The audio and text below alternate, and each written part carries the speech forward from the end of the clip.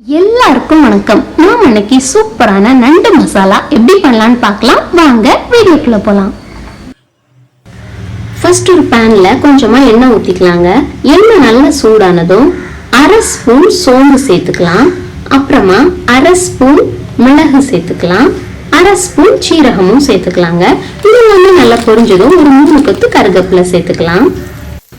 அடுத்து வந்து 3 வெங்காயம் நறுக்குனது மீடியம் சைஸ் பெரிய வெங்காயங்க, அதை சேர்த்துக்கலாம். சேர்த்துட்டு இது நல்லா வதக்கி எடுத்துக்கணும். உங்களுக்கு கலர் வந்து நல்ல டார்க் ப்ரௌன் கலர் வர வரைக்கும் நல்லா வதக்கி எடுத்துக்கோங்க. ஏன்னா அப்பதான் நமக்கு கிரேவி வந்து நல்லா இருக்கும், அதோட டேஸ்டும் நல்லா இருக்கும், பார்க்கறதுக்கும் நல்லா அப்படைசிங்கா சூப்பரா இருக்குங்க.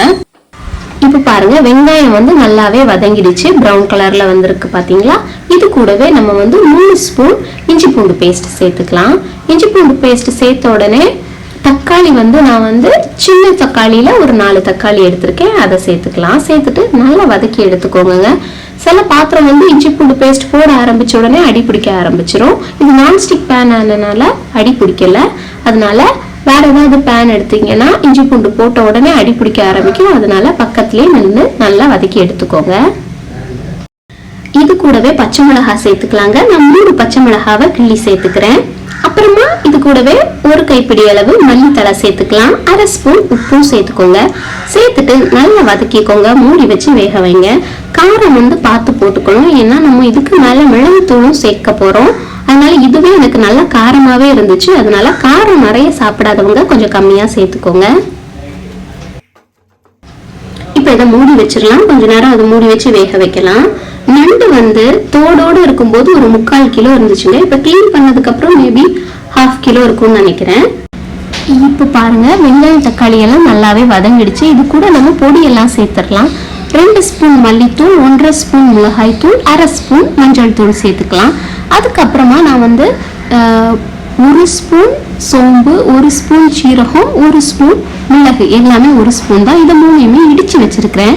வறுக்கெல்லாம் இல்லை, வறுக்காமலே பச்சையா இடிக்கல்ல போட்டு நல்லா இடிச்சு வச்சிருக்கிறேன்.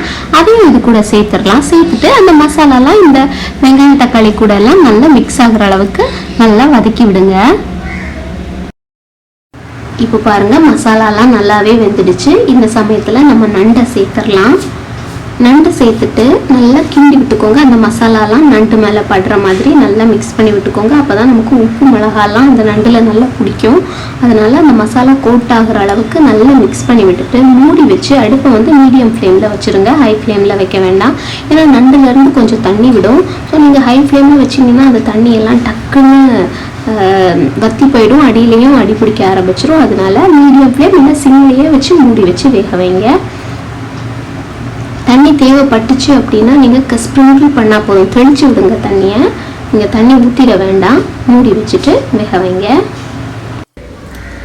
இப்போ பாருங்கள், நான் 5 நிமிஷம் மூடி வச்சு வேக வச்சு நல்லாவே வெந்திருக்குது. அதுவும் இல்லாமல் தண்ணியும் வந்திருக்கு பாருங்கள். நான் இதில் தண்ணி தெளிக்கவே இல்லை, ஆனால் தண்ணியும் விட்டுருக்குது.